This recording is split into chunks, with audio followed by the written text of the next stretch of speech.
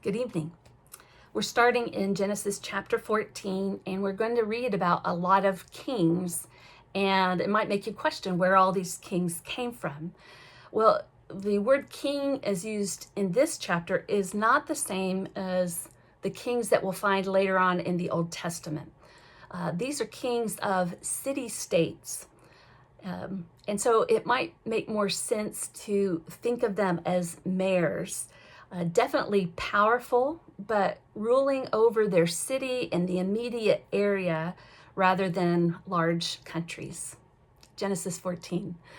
In the days of Amraphel, king of Shinar, Arioch, king of Elasar, Chedorlaomer, king of Elam, and Tidal, king of Goiim, these kings made war with Bera, king of Sodom, Bersha, king of Gomorrah, Shinab, king of Admah, Shemeber, king of Zeboim, and the king of Bela, that is Zoar. And all these joined forces in the valley of Siddim, that is the Salt Sea.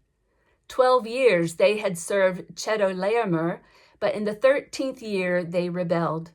In the 14th year, Chedorlaomer and the kings who were with him came and subdued the Rephaim in Ashtaroth Kamaim, the Suzim in Ham, the Emim in Shavah-Kiriathim, and the Horites in their Mount Seir as far as El Paran on the border of the wilderness. Then they turned back and came to Emishpat, that is Kadesh, and subdued all the country of the Amalekites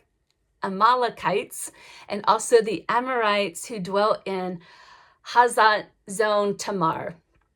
Then the king of Sodom, the king of Gomorrah, the king of Admah, the king of Zeboim, and the king of Bela, that is Zoar, went out, and they joined battle in the valley of Siddim with Chedorlaomer, the king of Elam, Tidal, king of Goiim, Amraphel, king of Shinar, and Arioch, king of Elasar, 4 kings against 5. Now the valley of Siddim was full of bitumen pits, and as the kings of Sodom and Gomorrah fled, some fell into them, and the rest fled to the mountain. So the enemy took all the goods of Sodom and Gomorrah and all their provisions and went their way. They also took Lot, the son of Abram's brother, who dwelt in Sodom, and his goods, and departed. Then one who had escaped came and told Abram the Hebrew, who was living by the oaks of Mamre the Amorite, brother of Eshcol and of Aner, who were allies of Abram. When Abram heard that his kinsman had been taken captive, he led forth his trained men, born in his house, 318 of them, and went in pursuit as far as Dan. And he divided his forces against them by night, he and his servants, and routed them and pursued them to Hobah, north of Damascus. Then he brought back all the goods, and also brought back his kinsman Lot with his goods, and the women and the people. After his return from the defeat of Chedorlaomer and the kings who were with him, the king of Sodom went out to meet him in the valley of Shaveh, that is the king's valley. And Melchizedek, king of Salem, brought out bread and wine. He was priest of God Most High. And he blessed him and said, "Blessed be Abram by God Most High, maker of heaven and earth.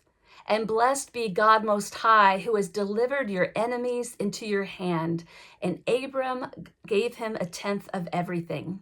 I want to pause right there because Melchizedek, the only historical kind of account we have is this short passage, but he will be mentioned throughout the New Testament because Melchizedek is likened unto Christ, that Jesus was a priest in the order of Melchizedek. And what's so interesting or unusual about Melchizedek is that, first of all, he was the king of Salem. That's the king of Jerusalem, the king of Jerusalem, king of peace. So Salem is another name for Jerusalem. Melchizedek is the king of Salem, but also he was king. He was also high priest. And the only other incidents we have of that in the Bible is we look at Jesus as our king and our high priest. And so here Melchizedek brings out bread and wine.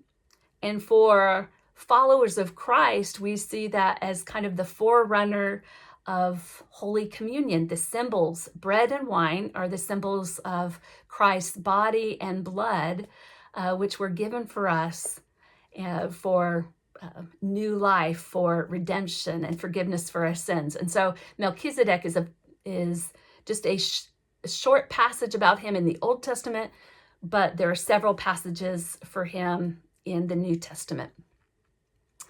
Going on in verse 21, the king of Sodom said to Abram, "Give me the persons, but take the goods for yourself."